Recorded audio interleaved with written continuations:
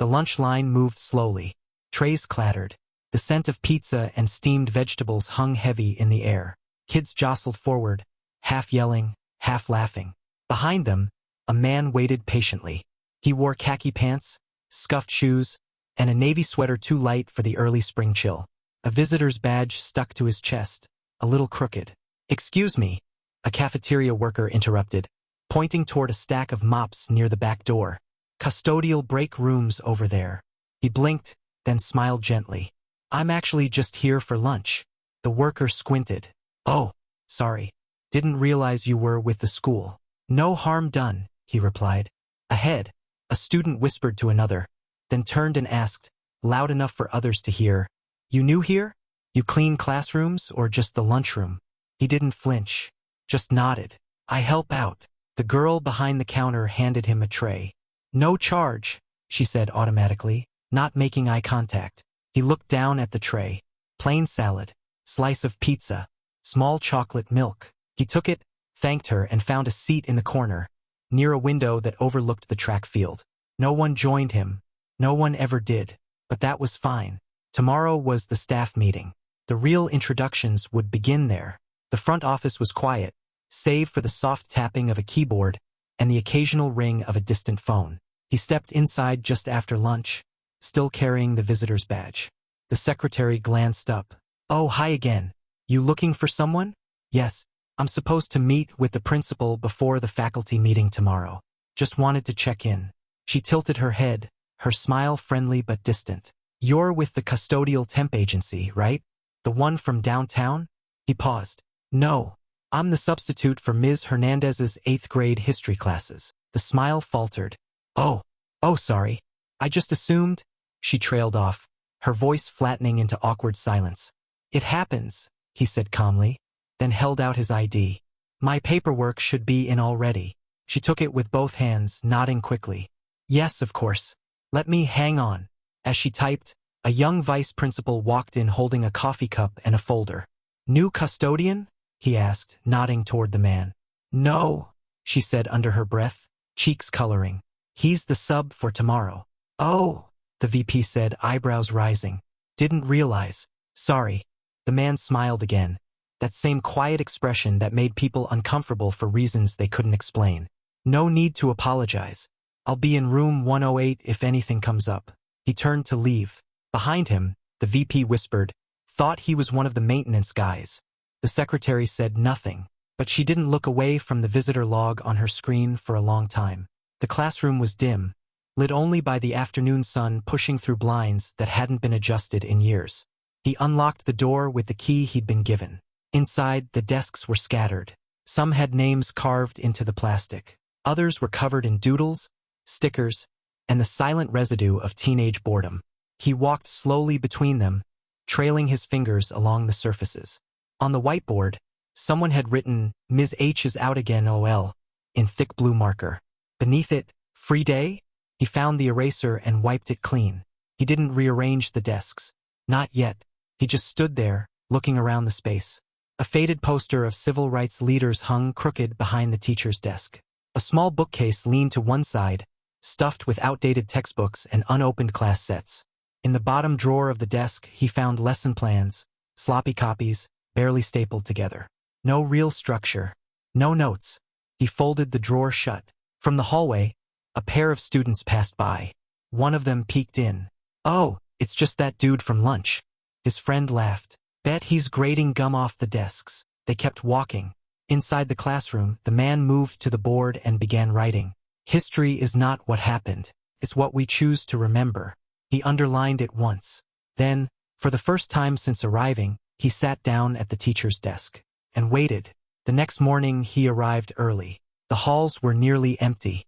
Just the sound of a floor buffer somewhere down the east wing and the soft squeak of sneakers on tile. He carried a brown paper bag with a sandwich and a banana. No briefcase. No clipboard.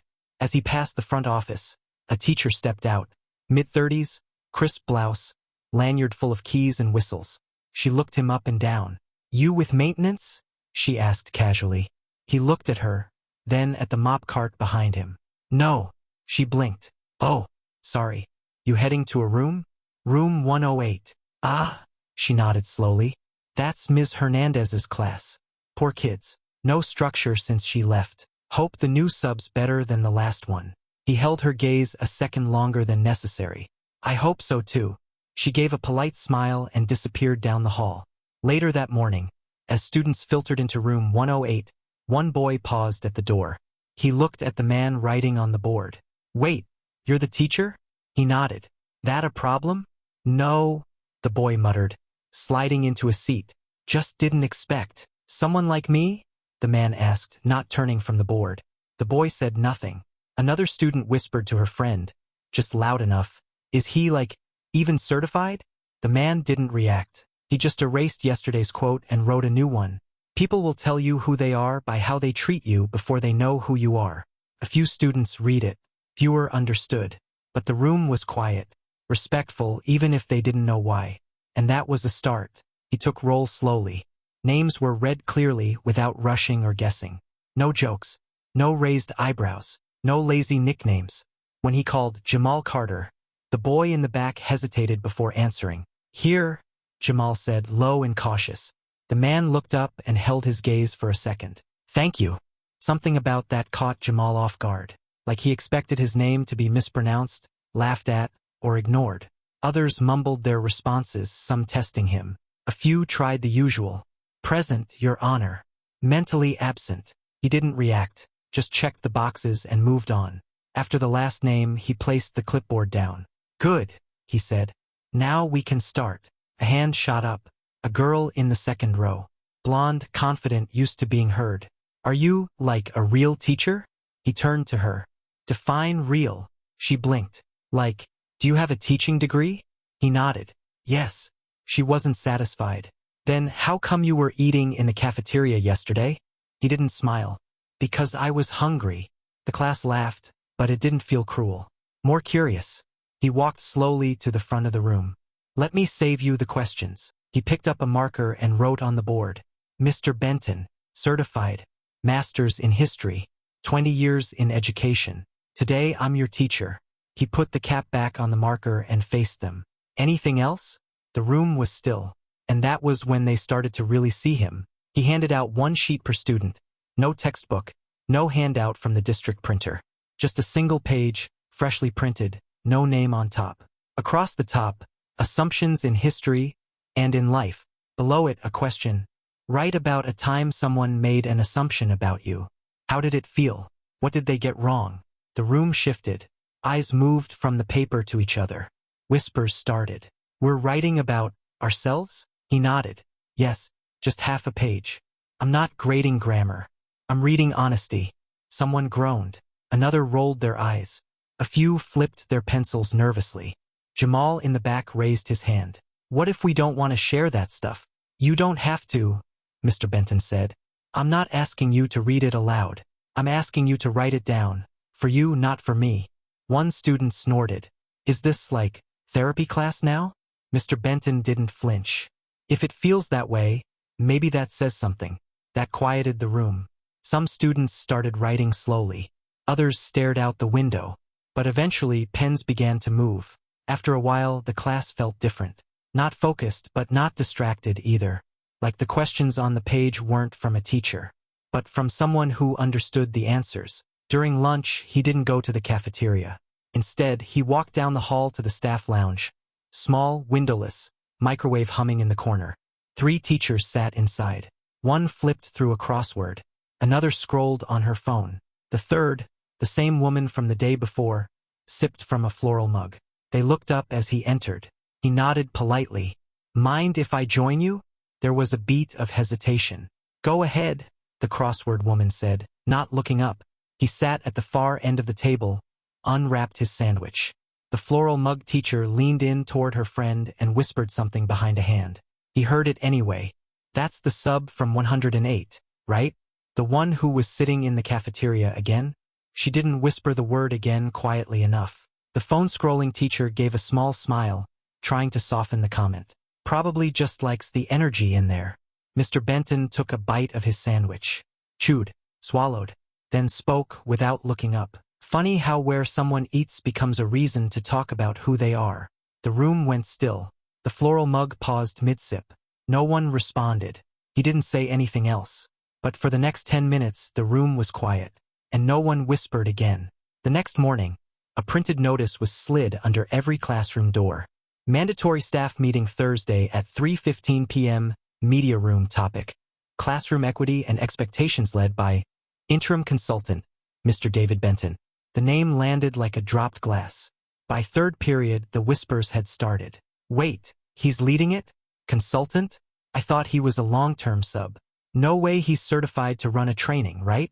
Who even approved this? By lunch, the questions turned sharper. The vice principal was cornered near the vending machines. Did you know who he was? He nodded once, slowly. Yes. Why didn't you say something? He shrugged. Because watching people reveal their assumptions was more useful than correcting them. In room 108, the students were quieter now. Not polite exactly, but observant, curious. Mr. Benton moved through the lesson as if nothing had changed. He asked questions about narratives in history, about who gets remembered and why. He didn't raise his voice, didn't press. He just asked, whose story do we trust first and why? By the end of class, more hands were raised than yesterday, and fewer jokes were whispered when he turned his back. The principal's office door closed with a soft click. Mr. Benton stood near the window, arms crossed loosely. The principal, a well-dressed man in his 50s, sat behind the desk, watching him carefully. You sure you still want to do the meeting? The principal asked. This place is comfortable being what it is. Benton nodded. That's exactly why the meeting matters. The principal leaned back. You've stirred up a lot of talk. I didn't stir anything, Benton replied calmly. They did. The principal cracked a dry smile. Fair. He tapped his pen on the desk. You know, when the district asked if I'd take on a consultant for internal equity review, I said fine, as long as I picked the person. And then you picked someone you knew wouldn't play it safe, Benton said. Exactly. They sat in silence for a few seconds. You're not here long, the principal added. I don't need long, Benton said. I just need them to stop assuming authority only looks like them. The principal nodded slowly. They won't forget this. Good. As Mr. Benton stood to leave, the principal said one more thing. Most people teach through lesson plans. You're teaching through discomfort. Benton paused, then nodded once.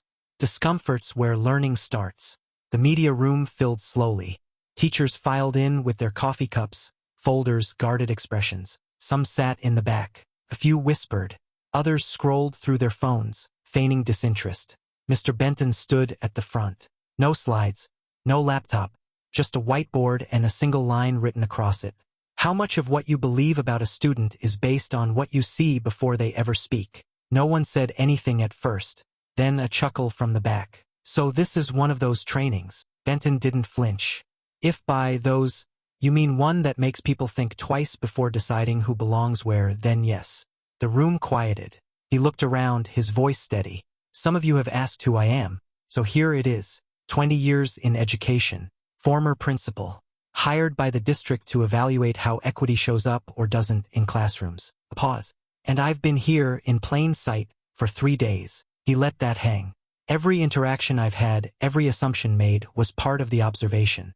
Not to embarrass anyone, but to show how quickly we decide who someone is, based on how they walk, dress, or speak. A few people shifted in their seats. He pointed to the quote on the board. That question doesn't ask what you say you believe. It asks what you show you believe when no one's watching.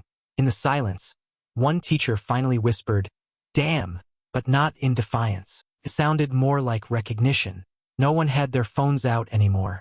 Mr. Benton didn't pace or project. He just stood there, calm and grounded.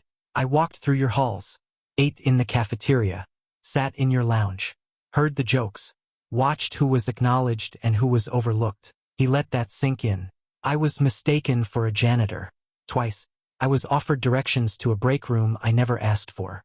No one asked my name. No one interrupted him. He scanned the room. None of you meant harm. I believe that, but what we don't mean still reveals what we carry. A voice near the front spoke up, an older math teacher, hands folded tightly. So, what are we supposed to do? Walk on eggshells? Mr. Benton shook his head. No, you're supposed to notice. That's the first step. Don't walk on eggshells. Walk with intention. He paused, then added, because if you don't, You'll keep stepping on people without realizing it. In the back row, the floral mug teacher looked down at her lap. The vice principal stared at the quote on the board. Even the usual skeptic, arms crossed tight, had nothing to say. Benton stepped forward slightly. This isn't about guilt, it's about awareness. His voice softened. And awareness is only uncomfortable when it challenges comfort you didn't know was built on someone else's silence. The room stayed quiet, not from resistance, but because the words had nowhere else to land. After the meeting, most teachers filed out quietly. No eye contact, just the shuffle of bags, the hum of whispered thoughts people weren't ready to say aloud. A few lingered. One young science teacher approached slowly. "Mr. Benton," she began, her voice cautious, "do you think we can really change?" He studied her for a moment. Change starts when people stop asking if it's possible, and start acting like it's necessary. She nodded, then looked away. In the hallway, a group of students passed by, loud and restless from last period. One of them glanced through the media room door. "Yo, that's the cafeteria guy," he said to his friend. Benton heard it. So did the teachers still gathering their things. The student froze when Benton met his eyes, but Benton just smiled. "Not quite, but I understand the confusion." The student looked confused. One of the teachers, the floral mug one, stepped forward. "He's your consultant," she said, her voice careful now. "He's the one watching how we treat you." The student blinked. "Oh, dang." And then, softer, "I thought you were just—" He stopped himself. Benton held his gaze and nodded. "I know what you thought." The student nodded back, not in shame, just recognition. And then he walked away, a little slower than before. Behind him, the science teacher looked at Benton again. "Do you think they'll remember this?" Benton replied, "They won't remember what I said, but they'll remember how quiet the room got." She understood, because the quiet wasn't silence. It was a shift. That evening, the staff inbox pinged with a new message. Subject, reflections and next steps, from Mr. Benton. No long paragraphs, no lecture, just this.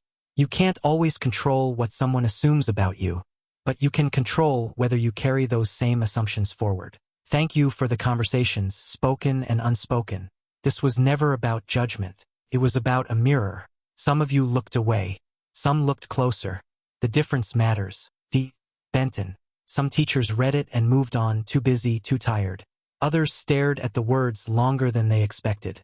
In room 108, the math teacher who had questioned him earlier stood alone by the board, reading the last quote he'd left behind. Respect isn't about what someone earns. It's about what you offer before deciding they deserve it. She erased it gently, not out of dismissal, but with care, then rewrote it smaller in the corner. A reminder. Down the hall, the floral mug teacher sat in her car, rereading the email on her phone. Her mug sat in the passenger seat. She hadn't used it that day. She scrolled to the bottom. Reread the last line again. The difference matters. She didn't hit reply, but she didn't delete the message either. The next morning, Mr. Benton found a folded piece of paper on his desk. No name, just handwriting, messy, but intentional. He opened it slowly. "Mr. Benton, you probably don't remember me. I was in the back row. Hoodie up. Didn't say much. But yesterday's thing, you said something about stories. I got one. People always think I'm trouble. Teachers don't say it, but they look at me like I already messed up. I was gonna drop out next year. Figured I'd beat them to it. But that question you asked about assumptions, it stuck. So I'm thinking maybe they don't know my story, 'cause I never told it.